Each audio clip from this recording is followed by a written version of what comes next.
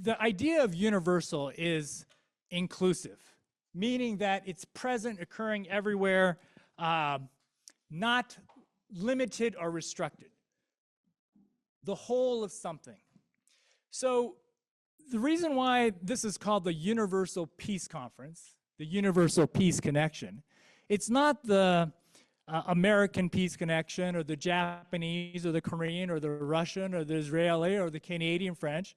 It's certainly not a political, it's not the Republican Peace Connection, it's not the Democrat, it's not the Libertarian, it's not a religious, it's not the Christian, Hindu, Muslim Peace Connection, it's the Universal Peace Connection. So today, I'm hoping that we'll engage in discourse that will speak to some of these universal principles that can promote a more peaceful world. All right. Now, if we can go to the next slide. Now, one of the things that gets in the way of a peaceful discourse is the fact that we live in a very polarized world, especially in today's time with the war in Ukraine, the conflict in Israel, and of course, the upcoming elections that are coming up in November, and not just in the US, but throughout the world. So one of the things that causes this divisive, polarizing view is this idea of us versus them, you know? And that becomes very insidious. It starts to accumulate some harmful impact over time, where it now starts to devolve in this idea of good versus evil. When you frame the narrative in terms of us versus them, you start automatically thinking, well, we're the good guys, they're the bad guys. And it doesn't matter which spectrum of the political scale that you're on or what side you take on any particular issue. When you get into this mindset of us versus them, it becomes very destructive to having a meaningful, productive discourse on peace. Now this slide, I'm sure people have seen this. How many people have seen this? 4 blind men, each holding different parts of an elephant. It's a great parable where each person who holds a certain part of the elephant, of course the guy that's holding the leg, when asked to describe what's an elephant, he describes it as a tree trunk. And then the person who's holding the tail, he says, oh, you're crazy, it's a piece of rope. And so each person is convinced that their experience, view of reality is the correct one based on their experience. And inevitably, we're all kind of like those blind men, each of us. None of us have the total truth and nothing but the truth. I mean, we don't have the reality of the problems that we face in its entirety.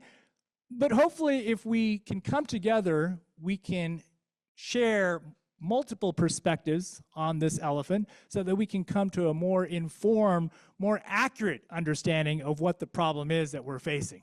Not saying that it's going to be the ultimate solution, but I think we have a better shot at it. And so this idea that multiple perspectives, differing perspectives, the clashing of differing perspectives can create this spark of truth. And that's where the CGU transdisciplinary approach is such a near and dear thing to my heart, because it espouses that type of an approach. All right, if we can go to the next slide, please. So today I'm reminded about the CGU motto, Multa Lumina Lux Una, reflecting the ideals of truth, justice, and knowledge, and that many lamps, one light. And I've always wondered, what does this one light mean? What could it mean to us?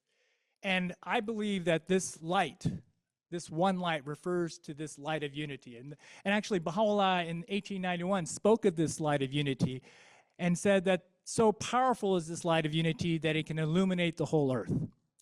And that he further goes on to say that the well-being of mankind, its peace and security, are unattainable unless and until its unity is firmly established. And what do we mean by this sense of unity, this sense of wholeness? Well, the fact that all of the parts, that we're all part of one human family. You know, Peter Drucker, if we can go to the next slide. Of course, I'd be remiss not to have at least one Peter Drucker quote. Spoke about corporations and business enterprises serving as organs of society. That they should serve some greater good beyond just making money or making commerce or whatever it is that they do. And so I think this idea of connecting with one another in the context that we're really one human family, that we're one people occupying this one people. Out of that mindset, I believe that we have a much better chance of creating more peaceful, sustainable solutions for the betterment of all mankind. So with that, we'll go to one more slide.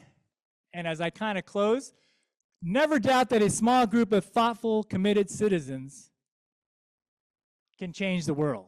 And I'm sure many of you have probably heard this quote by Margaret Mead, the noted anthropologist. Indeed is the only thing that ever has.